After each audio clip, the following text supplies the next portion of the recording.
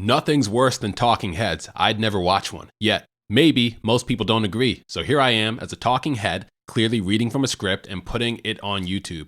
If you're listening on the podcast, that's normal, don't worry. But if you're watching this on YouTube, I guess to each his own. I don't know if I'm going to keep doing this, but I love an experiment and I already wrote this for LinkedIn. So it's real low effort. So I'm going to publish a few of these and see how it goes. Let me know what you think. Send me a DM and tell me what you really feel. If it's whack and I get enough of those DMs saying, hey, Chiedo, that's whack, I'll probably stop. But hey, shooting my shot. Shots on goal is how you win. Let me know. Here it is. If you're selling to a burning problem and have the solution, then even a cold call gets a standing ovation, and sometimes dinner.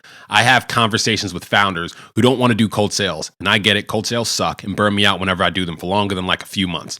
But cold sales is one of the fastest ways to know whether A, you're selling to a burning problem that people want unburnt, and B, whether or not you have a solution that unburns it.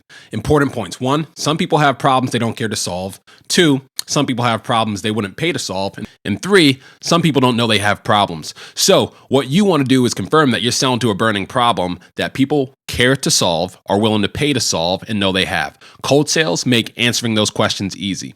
And your solution doesn't even have to be good or pretty, it just has to work. Here's why. I heard this on a podcast, not original, can't remember which one. But if my head was on fire, I'd want nothing more than to get my head not on fire. We can all agree. So let's imagine that for some reason I have no water in my house and no liquid at all, and maybe I just moved in, or maybe I just need it to be that way to make the story work. Doesn't matter.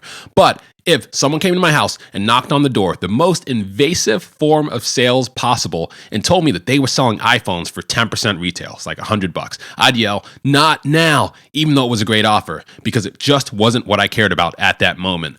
Well, if right after someone came to my house and knocked on my door, still the most invasive form of sales imaginable, but the second invasion of my privacy, maybe I'm even angrier.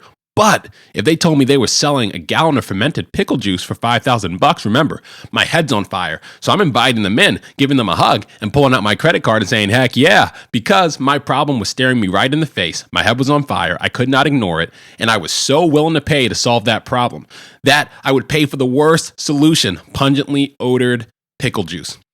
A really bad solution, that worked. So what's the lesson? Know what you're trying to sell.